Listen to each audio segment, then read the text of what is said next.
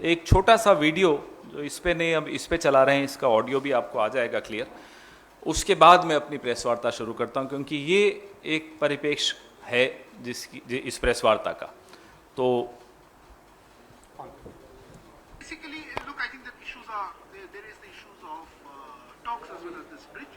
On the talks part of it, I think we have been pretty clear, and I think we've been saying the same thing repeatedly. We have had various rounds of conversations, the Chinese side at different levels, diplomatic and military side. We also, as you're aware, Foreign Minister Wang Yi was here in March this year, and EM conveyed our expectations to him. As EM had said then, and I remember him talking to the media subsequently, the frictions and tensions that arise from China's deployments since April 2020 cannot be reconciled with a normal relationship between two neighbors. So we will continue to remain engaged with the Chinese side, both at the diplomatic and military levels, to ensure that the directions given by the two ministers are implemented fully. And of course, if there is any further update, we will share with you. So that's on the talks part of it. We have seen media reports and other reports on the so-called bridge, or I don't know if it's another, somebody said second bridge, or if it's an expansion or widening of the current bridge. Look, probably, and the area that is referred to is, of course, we've always felt this was occupied, and we have had our for decades. जो शब्द जिससे आपको भी और प्रत्येक भारतवासी को पीड़ा होनी चाहिए और चिंता होनी चाहिए, वो शब्द, और देखिए कूटनीति में शब्दों का सबसे महत्वपूर्ण योगदान होता है। भूमिका ही भाषा की होती है कूटनीति में। The most important role in diplomacy is that of language. और हमारे विदेश मंत्रालय के स्पोक्सपर्सन ने कल क्या शब्द इस्तेमाल किए? इट इज फेल्ट कि चीन का कब्जा है उस जगह पर। ये हम महसूस करते हैं कि चीन का कब्जा है, माफ कीजिएगा, महसूस नहीं करते, चीन का कब्जा है। ये हमारे देश की पोजीशन रही है, ये हमारा स्टैंड रहा है हमेशा से। तो हम इस बात से लेकर बहुत चिंतित हैं कि चीन को लेकर प्रधानमंत्री किसी दबाव में है। आपने और हमने पिछले वक्तव्य प्रधानमंत्री का सुना, अब 2 साल होने आए हैं उस वक्तव्य को, जून में ना कोई घुसा था, ना कोई आया था, ना कोई घुसा हुआ है। वो एक क्लीन चिट थी। कल विदेश मंत्रालय ने, जिसको अंग्रेजी में कहते हैं, डाइल्यूट कर दिया चीन का, जो हमारे बढ़ता चला आ रहा है चीन। इस पूरी बात को आप डाइल्यूट करके कहते हैं कि हम महसूस करते हैं कि चीन के कब्जे वाला इलाका है। यह छोटी बात नहीं है। नंबर 1, चीन निरंतर बढ़ रहा है। दूसरे पुल का निर्माण हो रहा है पैंगोंग झील पर। यह जो पुल है वो इतना चौड़ा है कि चीनी सेना के पीएलए के बड़े बड़े वाहन, आर्टिलरी उस पर से गुजर सकती है। और जो दोनों सिरे हैं पैंगोंग झील के, उन दोनों सिरों पर एक तरह से चीन ने अपना आधिपत्य जमा दिया है। उनका वो दुरुपयोग भारत के खिलाफ करेगा। China has established and is in the process of establishing infrastructure support for the PLA to enable the PLA to bring artillery support through these bridges. This particular bridge, which is under construction, is a broader bridge as compared to the first bridge. हम भारत सरकार से, विदेश मंत्रालय से, और हम ये पहले बोलने से पहले विदेश मंत्रालय से गुजारिश भी करेंगे कि कृपया करके आप रक्षा मंत्रालय से सलाह लेकर फिर बात कीजिए, क्योंकि बहादुर सैनिक कुछ हासिल करता है बॉर्डर पे और हम यहां आकर डाइल्यूट कर देते हैं। We are demoralising our own armed forces, and it is shocking to see that the Ministry of External Affairs is undermining the Defense Ministry. I'll tell you how. ये जो निर्माण हो रहा है, ये ना केवल हमारी भौगोलिक अखंडता पर हमला है। जो संघर्ष विराम हुआ था ये उसका उल्लंघन है, और वो संघर्ष विराम के चलते भारत ने, बड़ा महत्वपूर्ण बिंदु है ये, उस संघर्ष विराम के चलते भारत ने जो सामरिक दृष्टि से महत्वपूर्ण ठिकानों पे कब्जा था भारत का, हमारे बहादुर सैनिकों ने वो कब्जा किया था, वो छोड़ दिया था। तो संघर्ष विराम की पालना हम कर रहे हैं, भारत कर रहा है, चीन उसका उल्लंघन कर रहा है, और विदेश मंत्रालय आकर उनको दूसरी क्लीन चिट दे रहा है, पहली प्रधानमंत्री ने दी थी। आज समझ में आता है कि जो रोज टीवी पर शाम को चलता है कि खुदाई में ये मिला, ये मेरा है, ये मुसलमानों का नहीं है, ये ईसाइयों का नहीं है, बौद्धों का नहीं है, ये क्यों हो रहा है? ये इसीलिए हो रहा है कि चीन लगातार हमारी भौगोलिक अखंडता पर हमला बोल रहा है। As we speak China is trespassing, as we speak China is violating the ceasefire agreement, and this is the same ceasefire agreement under which India gave up the vantage points that we had under our possession. And we got that vantage point under our possession thanks to our brave army. So whenever the Ministry of External Affairs speaks, I don't know what is their compulsion. It appears though that every single ministry of this government has one point agenda: to protect and promote, howsoever fake it is, the image of the Prime Minister. कितनी ही नकली छवि हो प्रधानमंत्री की, तमाम मंत्री सिर्फ और सिर्फ उस छवि को बचाने के लिए, बढ़ाने के लिए काम कर रहे हैं। देश की छवि का क्या होता है, देश की सीमाओं का क्या होता है, देश की 60 साल की जो पोजीशन होती है कि ये चीन के कब्जे वाला इलाका है, आप उस पोजीशन को भी सरेंडर करने को तैयार हैं। क्यों? क्योंकि प्रधानमंत्री की छवि को बचाना आपके लिए ज्यादा महत्वपूर्ण है, देश को बचाना आपके लिए या देश की सीमाओं को बचाना आपके लिए महत्वपूर्ण नहीं। हम भारत सरकार से यह मांग करते हैं कि जो कल विदेश मंत्रालय ने टिप्पणी की और जो शब्दों का इस्तेमाल किया कि हमें महसूस करते हैं कि यह चीन के कब्जे वाला इलाका है, उस पर स्पष्टीकरण दें। We want an immediate clarification from the government of India on the words used by the Ministry of External Affairs yesterday, that it is felt that that area is under Chinese occupation. If the government of India does not clarify, अगर भारत सरकार इस पर स्पष्टीकरण नहीं देती है तो यह माना जाएगा इस देश द्वारा कि भारत सरकार प्रधानमंत्री की छवि बचाने के लिए किसी भी हद तक जाने को तैयार है, अपनी सीमाओं की रक्षा करने को तैयार नहीं है, और जो पिछले कई दशकों से हम जिसे अपना इलाका मानते आए हैं, भारत सरकार उस पर भी आंखें मूंदने को तैयार है। It is a very very serious point of concern, issue of concern for each one of us, and we would call upon the Prime Minister, और तो किसी की चलती नहीं इस सरकार में, to for a moment temporarily forget about his own image. Think about the country. Think about the brave army braving all odds of weather, of the enemy, and valiantly protecting our borders. एक बार उनकी चिंता कीजिए। हम जब यहां AC के कमरों में बैठे होते हैं, वो वहां जूझ रहे होते हैं खराब मौसम से, दुश्मन से, खतरों से, अपनी जान पर खेलते हैं। उनके भी परिवार हैं घरों में, गांवों में, शहरों में। प्रधानमंत्री अपनी छवि की चिंता कुछ वक्त के लिए भूल जाएं और खुलकर बोलें कि चीन उस इलाके पर पुल बना रहा है जो भारत का है और चीन का उस पर अनधिकृत कब्जा है।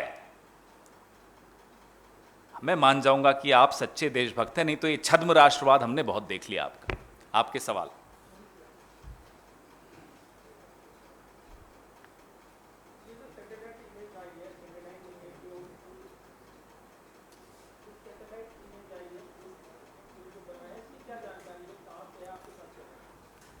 जो दोनों एंड्स हैं लेक के, उन दोनों पर से एक एक पुल आ रहा है। पहला पुल इतना चौड़ा नहीं था, दूसरा पुल इतना चौड़ा है कि सैन्य उपकरण, आर्टिलरी डिवीजन, यह सब उस पर से आ सकते हैं। और पूर्वी लद्दाख में जिस तरह से जिन स्थानों पर, जिन पॉइंट्स पर चाइना अपने उपकरण लगा रहा है, अपना इंफ्रास्ट्रक्चर बना रहा है, उसके बाद जो एडवांटेज हमें मिलता था वो एडवांटेज हम खो चुके होते हैं। जो सामरिक दृष्टि से भारत को एडवांटेज मिल सकता था, अब ऐसी कोई हाइट नहीं है वहां जहां हम रुक कर, हमारी सेना ठहर कर मुकाबला वहां कर पाए, क्योंकि जो स्ट्रेटेजिक पॉइंट्स है वहां चीन अपना काम करता चला गया। जब मोदी जी अपनी छवि निखार रहे थे तब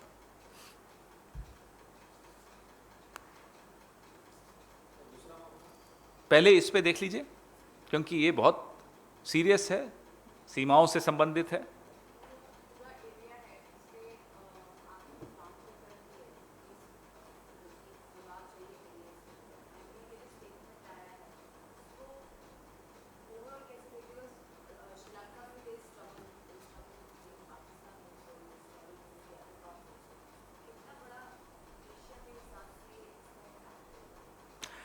ये आपको कई बार हम उदाहरण देते हैं, और जब ये उदाहरण देते हैं तो कोई खुशी नहीं होती मन में, दुख होता है। दुख क्यों होता है कि विदेश नीति, पहले भी सरकारें, गैर कांग्रेस की सरकारें आई थी, विदेश नीति से कोई खास छेड़छाड़ कोई नहीं करता। अटल जी की सरकार थी, लगभग उसी विदेश नीति पर चलते थे। मोरारजी भाई की सरकार थी, लगभग उसी, और इंदर कुमार गुजराल और देवगौड़ा जी की सरकार, कोई भी विदेश नीति से छेड़छाड़ नहीं करता। यह पहला उदाहरण आपको मिलेगा जिसका नतीजा सबके सामने है कि आज छोटे छोटे देश भी हमें आंख दिखा देते हैं। यह पहला उदाहरण आपको मिलेगा जहां प्रधानमंत्री को सिर्फ और सिर्फ का उनका एक एजेंडा है कि तालियां कैसे बटोरनी है घर में और घर से बाहर। तो तालियां बटोरने का जो इवेंट होता है वो तो 1 घंटे का होता है, 2 घंटे का होता है, लेकिन उस दौरान जो आप कर देते हो उसका खामियाजा देश भुगतता है।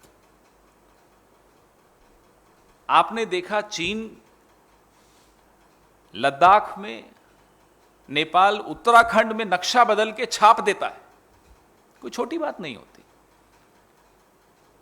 वो भी एक देश है, वो अपना नक्शा बदल रहा है और आप चुप बैठे। और चीन का आप क्या जवाब देते हो? ऐप बैन कर दी। अभी भारतीय रेल ने चीन की कंपनी को कितना बड़ा ठेका दिया, जरा पूछिए। तो ऐप बैन करके आप लोगों को मूर्ख बना रहे हो और चीन के साथ बिजनेस एज यूजुअल कर रहे हो, तो आपकी नीयत में खोट है, नंबर 1। नंबर 2, आपकी समझ, माफ कीजिएगा, बहुत बौनी समझ है, आपकी समझ नहीं है। और जिनके पास समझ है, अफसरों के पास होती है, ब्यूरोक्रेसी के पास होती है, आप अपने आप को उनसे भी ज्यादा इंटेलिजेंट समझते हैं। आप अपने मंत्रिमंडल में सबसे ज्यादा अपने आप को इंटेलिजेंट समझते हैं। तो जो आदमी इस गलतफहमी का शिकार होता है कि मेरे अलावा और किसी को कुछ नहीं मालूम, वो ऐसी गलतियां करता है। उस आदमी का नाम है Narendra Modi.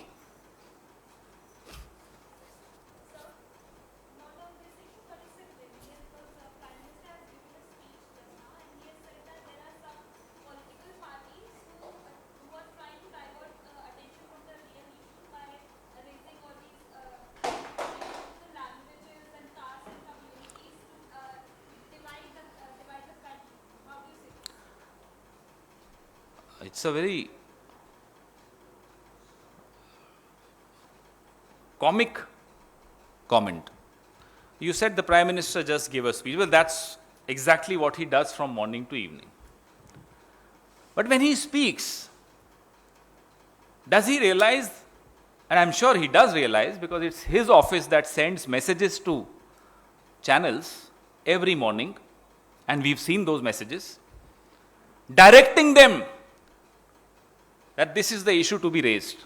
And what are the issues being raised over the last 15 days on channels? It's for everyone to see. Is the Congress asking those channels to raise issues of मंदिर वर्सेस मस्जिद, फाउंटेन वर्सेस शिवलिंग? हमने कहा क्या यह मुद्दा उठाने को? Channels हमारी सुन रहे हैं या किसी और ऑपोजिशन पार्टी की सुन रहे हैं चैनल्स? ये डिबेट्स कौन करवा रहा है? ये एजेंडा सेटिंग कौन कर रहा है? प्रधानमंत्री को बताना पड़ेगा हमें। 18 घंटे जागने वाला आदमी 17 घंटे मीडिया में और सोशल मीडिया में क्या चलना चाहिए उस पर ध्यान देते हैं। 1 घंटा मेकअप करते हैं, हमें नहीं मालूम क्या करते हैं। वो हमको बोल रहा है कि एजेंडा सेटिंग हम कर रहे हैं। इससे ये तो ऐसा मजाक है जो भक्तजन भी नहीं मानेंगे, उन्हें भी हंसी मोदी जी पर आ जाएगी। तो उन्हें बोलने से पहले सोचना चाहिए, इतना आत्मविश्वास नहीं होना चाहिए उनको कि वो जो बोलेंगे उनके भक्त मान लेंगे। उनके भक्त भी नहीं मानेंगे। पूछिए प्रणव जी से, ये साथ बैठे हैं, जो रोज शाम की डिबेट्स की लिस्ट आती है, क्या उन डिबेट्स में हम जाना चाहते हैं? करिए ना महंगाई पे डिबेट्स, करिए बेरोजगारी पे डिबेट्स, करिए इस बात पर डिबेट कि पूरी दुनिया में सबसे महंगी गैस हिंदुस्तान में क्यों होती है, रसोई की गैस। हम तैयार हैं। अपने किसी मंत्री को भेज दीजिए हमारे किसी नेता के साथ डिबेट करने को, हम तैयार हैं। अरे प्रधानमंत्री जी, अगर आपको एजेंडा सेट करना है तो आइए ना, प्रेस कॉन्फ्रेंस कर लीजिए, खुली प्रेस कॉन्फ्रेंस कर लीजिए। हिम्मत है नहीं ये छुप छिप कर अपने अफसरों के थ्रू, अब अफसरों का क्या नाम लेना, उनके माध्यम से आप सबको मैसेजेस भिजवाना कि आज इस पे डिबेट हो, ये एजेंडा सेट करो, और फिर बाहर आकर कहना देखिए ऑपोजिशन एजेंडा सेट कर रही है। शर्म आनी चाहिए।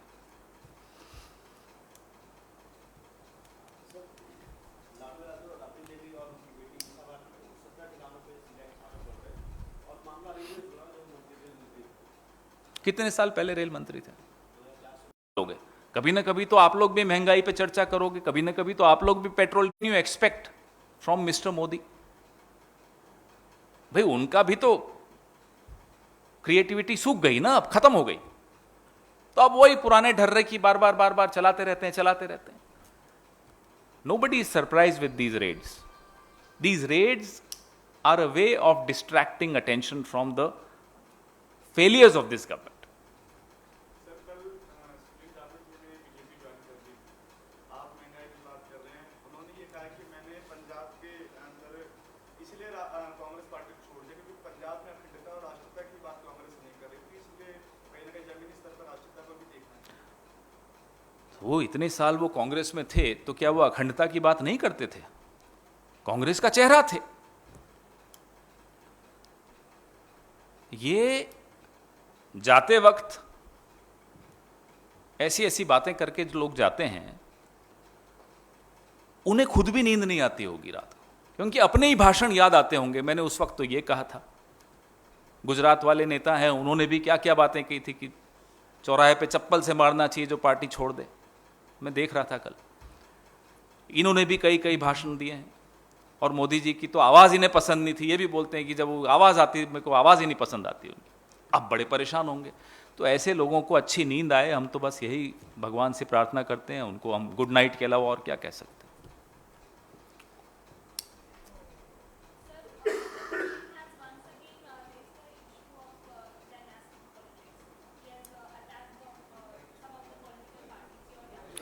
I don't know why is he attacking Jyotiraditya Scindia or Anurag Thakur. There is something going on, I understand that. But why should he publicly attack Scindia ji and Anurag Thakur is something which the country would like to know. Or Rajnath ji's son, Pankaj Singh, and there are several, there are 45 dynasts there roughly. अब उनको करना है कुछ सुधार तो कर लें, हटा दें उनको। बनाना भी है, फिर उनको तंग भी करना है, उनके खिलाफ टिप्पणियां भी देनी है। वो कंधा किसी और का इस्तेमाल करते हैं, निशाना कोई और होता है। हो सकता है जय शाह निशाने पर हो आजकल, बीसीसीआई के अध्यक्ष हैं, कुछ हैं वो। Anything else? आप लोग यहां तो हंस देते हो, फिर चलाते नहीं हो। मैं कोई ये बड़ी शिकायत है आपसे। और मैं जानबूझ के नाम ऐसे लेता हूं, फिर मैं देखता हूं जाकर कि आप लोग चलाएंगे या नहीं। जय शाह का नाम तो मैं जब भी लिया आपने नहीं चलाया, पता नहीं क्या डर है आप लोगों को। सिद्धू जी ने एक ट्वीट किया है, कानून अपने रास्ते पे चलता है, जो रिलीफ उनको कानून से मिल पाएगी वो जो भी वो कर पाएंगे वो करेंगे। वकीलों से वो सलाह ले रहे हैं। जहां कानून की बात आती है वहां राजनीतिक टिप्पणी करना उचित नहीं होगा। सर मेरा सवाल ये है कि 1988 का ये मामला है और अब जाके उनको कोर्ट ने अपने ही फैसले को पलट दिया, रिगुलर जजमेंट। कहीं ना कहीं आपको लगता है कि पॉलिटिकली जिस तरह से नवजोत सिंह सिद्धू का एक ट्रांजिशन हुआ, जो रूल रहा, वो भी एक बड़ा कारण हो सकता है? और या तो दूसरा पक्ष ये है कि क्या आप लोगों के लिए एक हेडेक एक साल के लिए कानूनी प्रक्रिया पे इस तरह की टिप्पणी में जब तक कोई जानकारी नहीं होती तथ्यात्मक, मुझे नहीं लगता करना उचित होगा। हेडेक की बात वो आपका अपना ख्याल है, आप आज़ाद हैं कुछ भी सोचने के लिए, लिखने के लिए। हम अपने नेताओं को हेडेक नहीं मानते। सब हम परिवार हैं, मिलकर लड़ते हैं, मिलकर संघर्ष करते हैं, आपस में भी कई बार संघर्ष करते हैं, लेकिन फिर मिलकर विपक्ष के साथ करते हैं संघर्ष।